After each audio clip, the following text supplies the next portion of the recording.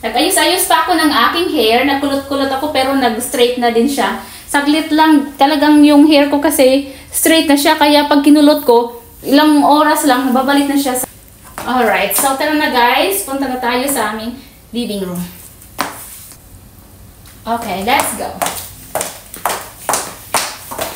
Alright, so guys, dito tayo magsimula. Kasi hindi naman ganun kalaki ang aming bahay. Kaya gilid by gilid na lang tayo. So, pagpasok mo ng door, actually pakita ko sa inyo yung aking Christmas wreath sa labas. Ito yung Christmas wreath namin sa labas. Pagpasok mo dito sa aming door, mayroong doormat na piece. Ito, pagdating dito sa loob, mayroon din kami ditong wreath. So, this is our console table with a small, tiny, beautiful stuff. So, ayan guys. Ito, alam nyo, ang pinaka-favorite ko dito na na part sa Christmas display sa console table, ito yung Belen. Ano nga ba tawag sa English ng Belen? What do you call that? The place where Jesus born? Bethlehem. This is that Bethlehem? I don't know. So, actually guys, panoorin yung aking video till the end because I will gonna share with you the night view. Kasi ito yung mga ganito guys, papailawin ko to later on pagka madilim na. Ang cute lang guys kasi maliliit yung mga display ko dito kaya parang ang cute nila. Itong guys, yung motorcycle na yan, old Christmas display na yan at saka itong yung Santa Claus, dyan, mga luma na yan siya. Ito, paulit-ulit ko lang yan siyang na-display. So, ayan. Alright. Ginawa ko lang siya, guys. Mayroon din siyang Christmas light. At saka, kawawa naman ang aking mga flowers, guys. Kasi nilagay ko lang sa isang tabi. Kasi nga, wala na akong paglagyan. Kasi, last time, may mga lugar yan sila. Kaya, the area where I place my flowers before is I just put all my Christmas stuff. So just set it aside there for temporary.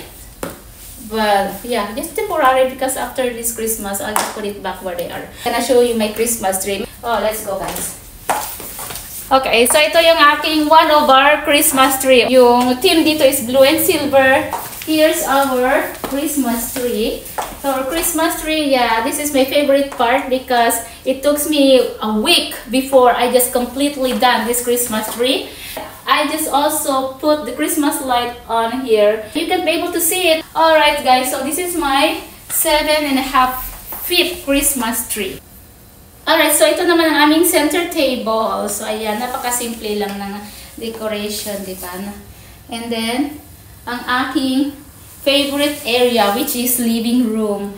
So dito ako nagmumuni-muni, pagpagod ako, and then maghaplos-haplos nitong unan na napaka-smooth at saka napaka-comfortable. So feeling relieved talaga ako guys pagka dito ako nagkaupo. Favorite part ko talaga yung living room kasi nga pag makaupo ako dito sa couch, parang ayaw mo na umalis, parang makakatulog ka. Minsan nakakatulog ako dito. Parang ayaw ko na pumunta sa bedroom namin kasi nga napaka-comfortable talaga ng aming couch with this haplos-haplos, di ba? Okay, so ito ang aming couch set with the other colors here. And Merry Christmas. So, ayan. Ang aking mga Christmas pillow. Ito, favorite ko ito kasi napaka-smooth. Yan. Yan guys, tingnan nyo. Nakisama ang aking kuko. Nag-ayos ako ngayon ng aking kuko kasi mag-Christmas decoration ako. Mostly yung kuko ko is plain without nail color. You know why I'm cooking. So, just only for today. Okay guys, so ayan na guys.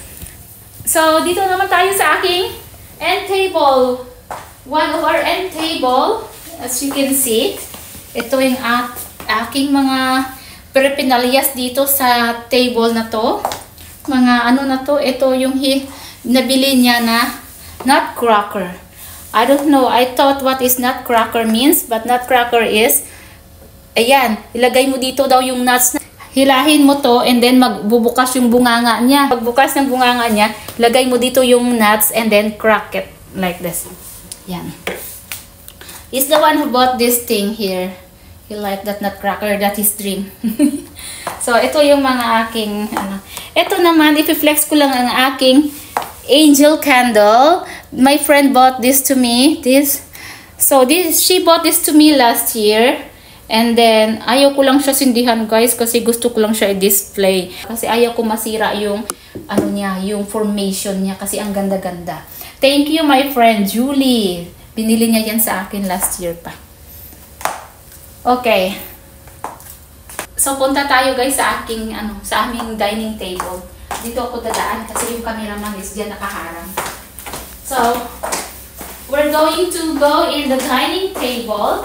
Dito naman tayo sa aming dining table. One of my favorite part na additional dito sa aking Christmas display is this one. This is my favorite thing. Ito yung pinaka-cutest Christmas display na gustong-gusto ko dito sa bahay, guys. Napaka-cute. Alam mo yung ano ito? Wine to sa loob. Yan o, bubara natin. Nakita ko to, sabi ko napaka-cute. Ayan, guys, oh. Hinubad ko siya. So, ayan. Laman yan is wine. Ito yung damit. Ang cute-cute to. Yeah. So, ayan. Diba? First time ko makita ng ganito. Kaya sabi ko, bibilin ko talaga to. Kasi, yan. Maliit lang siya pero nakakat siya ng attention. Ang cute niya. Okay. Yun lang naman yung mga display namin. Kasi nga, hindi naman ganun ka laki yung namin, area. Then, yun lang din yung mga kayanan. Alright, dito naman tayo sa aming wala naman ditong masyadong display, hindi, wreath lang sa taas. Last year yung wreath na yan, wala siyang Christmas light, but this year kasi may sobra nga akong Christmas light doon sa Christmas tree, so I place it right there. So, ayan, last year ganito din yung design namin, yung display ko. Nag-add lang dito is yung yan yung Christmas light, yung nag-add this year. Alright, and then yung may isa pa kaming dito sa island namin, hindi ko papakita kasi ang kalat. Mayroon ako nilagay dyan na parang lampara. Kunin ko na lang kasi our house is so messy. Or I don't mind. Let's go. I'm gonna show it to them. So, ito yung ito yung alam nyo guys, I'm gonna flex this one. When I got home today, I just let my husband to rub this on my back. Because ang sakit-sakit ng likod ko. Grabe. Kaya flexing my efficacent oil. Kaya nandito pa rin sa aming island table yung aking efficacent oil. Kasi napaka-importante ito guys. Hindi na ako naglalagay ng perfume. Ito na lang yung nilalagay ko. Kasi nga ang sakit lagi ng likod ko. Sakit ng katawan ko. Pagod. So actually ito lang yung flex ko. Pero napunta tayo dyan sa efficacent oil. So ayan guys. So ayan ang aking lampara. Umiilaw-ilaw din siya. Ayan, mailaw siya. Battery lang yun. Battery operated. Okay. So, hindi ko na alam paano patayin Okay. So, ang bango ng Ang bango guys ng efficacent. Talagang gustong-gusto ko yung amoy ng efficacent oil. And then, actually, nakabili din ako ng maliit na socks. Di ko alam kung saan ko isasabit kasi wala na akong paglagyan. Kaya dito ko nilagay yung maliliit na socks na yun. Pailawan natin. So ito naman yung socks. Sinabit ko dyan. Ang cute-cute niya kasi. Very smooth siya. So ayan.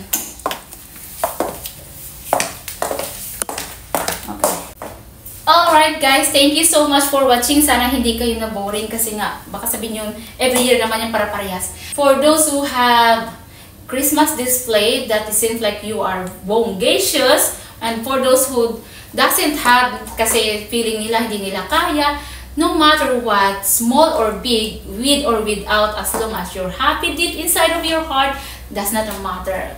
As always, we always want to have a good health compared to the material thing. Material thing is a bonus. The very important thing is what's inside your heart. Good health lagi para sa ating lahat, sa ating pamilya, sa ating mga kaibigan kung saan ang sulok ng mundo. So, I wanna say, I'm gonna leave this message. Advance Merry Christmas and Happy New Year. Happy New Year for the next year because it's one more month before New Year. So, advance Happy New Year. And hope you guys enjoy watching this video. See you on the next video. this is the view on the night time. I'm gonna show you guys. Watch till end. Thank you so much for watching. Bye. See you in the next video. Take me photo lang.